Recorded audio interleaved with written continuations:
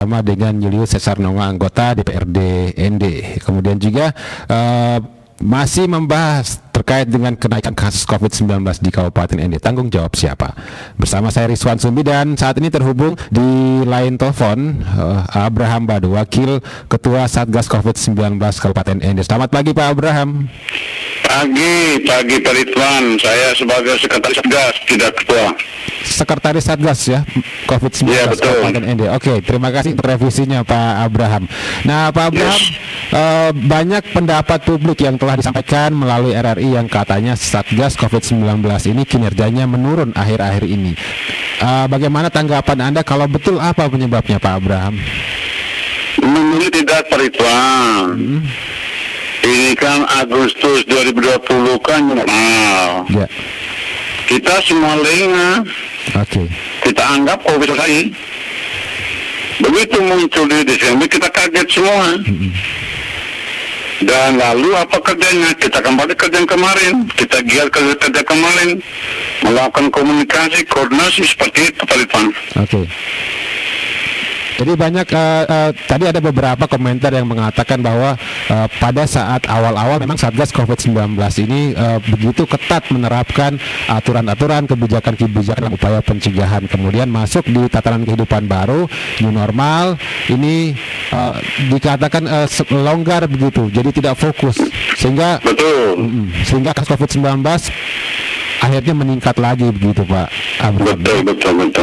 Dan juga banyak yang bilang aturan kurang tegas, apalagi penerapannya sampai ke tingkat bawah ini semakin lemah. Banyak pemakluman yang dibiasakan di tingkat bawah. Bagaimana nih Anda menanggapinya Pak Abraham? Ya, Satgas penanganan COVID-19 Kabupaten ND tidak sendirian. Koordinasi dan sosialisasi dengan lintas sektor telah kita laksanakan. Tokoh agama, lembaga DPRD, camat, lurah, kadis, RT/RW. Kita semua harus berperan, tidak hanya Satgas. Kami sudah menghimbau sampai akar rumput. Tergantung masyarakatnya sekarang. Begitu Pak Ridwan. Artinya sekeras apapun Satgas berusaha, kalau tidak ada dukungan dari masyarakat tidak akan berhasil, begitu Pak? Tidak berhasil, betul sekali. Tadi juga ada yang menyoroti begini Pak Abraham, bahwa ada pejabat publik yang memberikan contoh yang tidak baik begitu, sehingga mengadakan atau menghadiri keramaian-keramaian begitu. Oh iya, saya minta itu mungkin secara diam-diam diberi kepada kami supaya kami yang bersangkutan. Kalau ada kejadian serupa lagi begitu ya?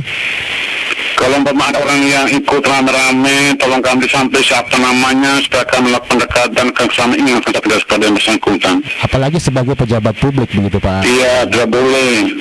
Saya sendiri beberapa kali sambut baru tidak pernah hadir. Katedral, Onikore, Pura Mataga tidak hadir satu hari pun.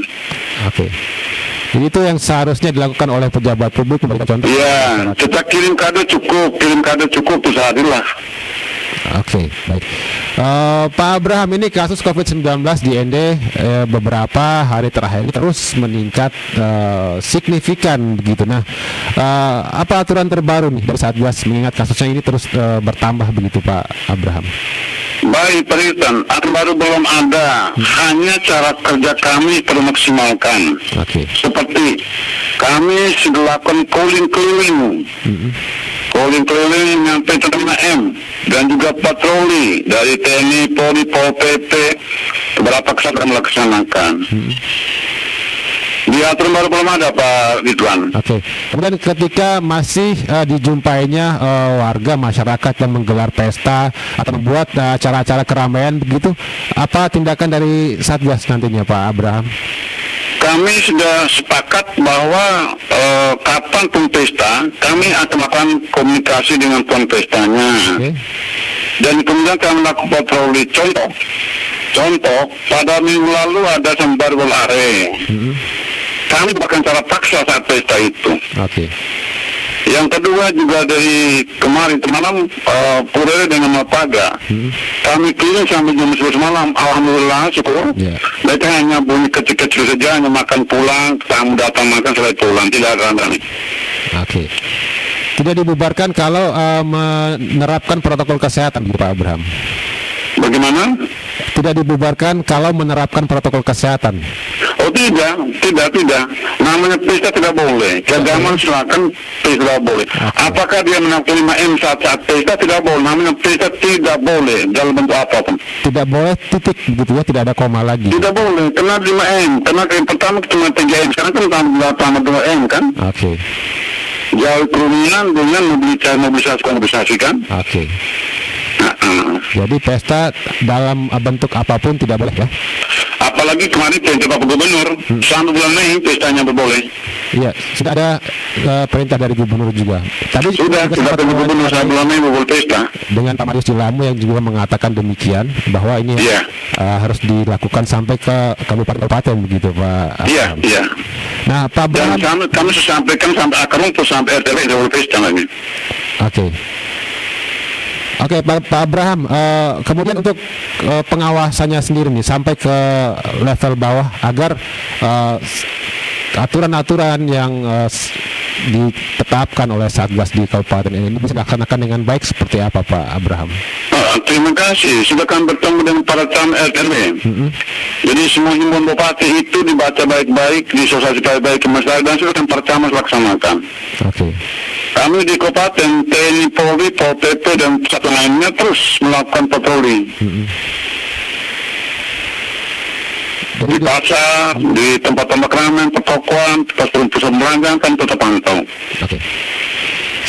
Selain patroli, kemudian penyampaian kepada camat, lurah, RT, RW, ini strategi apa lagi yang dilakukan oleh Satgas COVID-19 ini Pak Abraham untuk mencegah penyebaran COVID-19 di Kabupaten ini?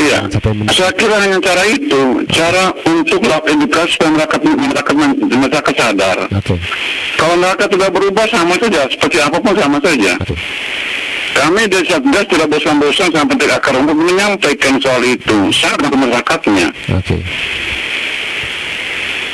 Kalau masih tetap ada pelanggaran, akan ada tindakan yang lebih tegas begitu, Pak Abraham?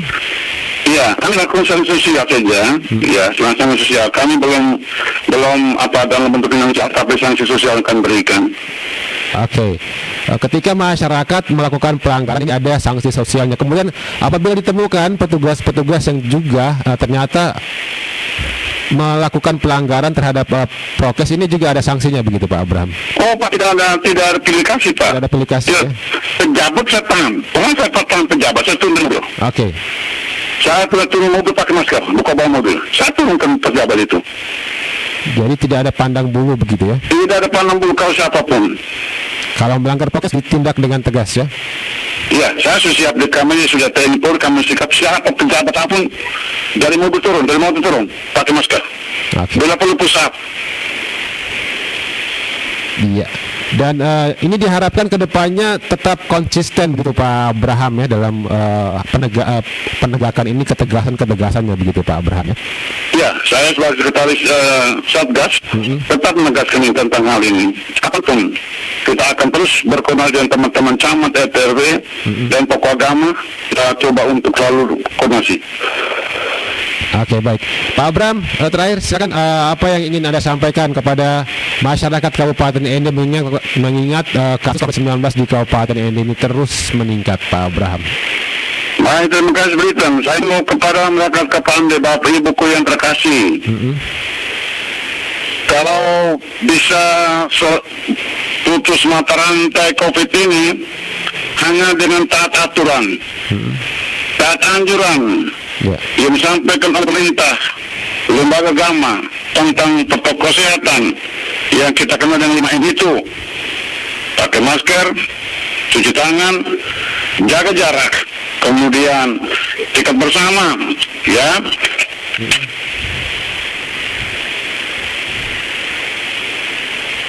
Halo Pak Abraham. Saya putus bentar ya. Saya tahu 5M ya, mulai cuci tangan, lalu pakai masker, jaga jarak, hindari kerumunan dan kurangi mobilitas. Itu tinggallah di rumah kalau tidak perlu. Diharapkan ketaatan kita semua supaya ini penyebar virusnya kita bisa boleh kata hilang lah, boleh seperti itu. Oke, baik. Kemudian dari Satgas sendiri ada upaya melakukan tes begitu kepada masyarakat yang mudah, yang murah begitu kedepannya, Pak.